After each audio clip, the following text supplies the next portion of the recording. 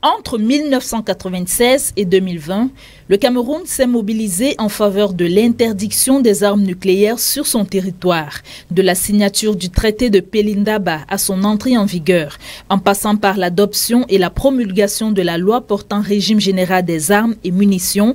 Le pays peut être fier de son apport aux initiatives internationales pour le désarmement nucléaire. Seulement, pour matérialiser ses efforts au profit de la paix, le Cameroun doit adhérer au traité sur l'interdiction des armes nucléaires, donc le ratifier. La commémoration du 25e anniversaire du Tchad est le prétexte pour la branche camerounaise de la Ligue internationale des femmes pour la paix et la liberté de fonder un plaidoyer auprès des pouvoirs publics et les autres acteurs.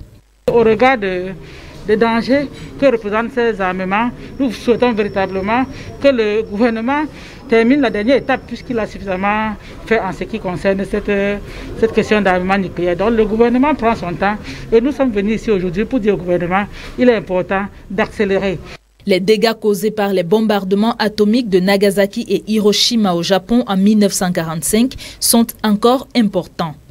Il y a des enfants qui naissent avec des troubles psychologiques jusqu'à ce jour. Ils ont un problème génétique assez grave. Il y a des mamans qui jusqu'aujourd'hui ont des séquelles. Des gens qui avaient inhalé ça à l'époque jusqu'aujourd'hui présentent des troubles génétiques.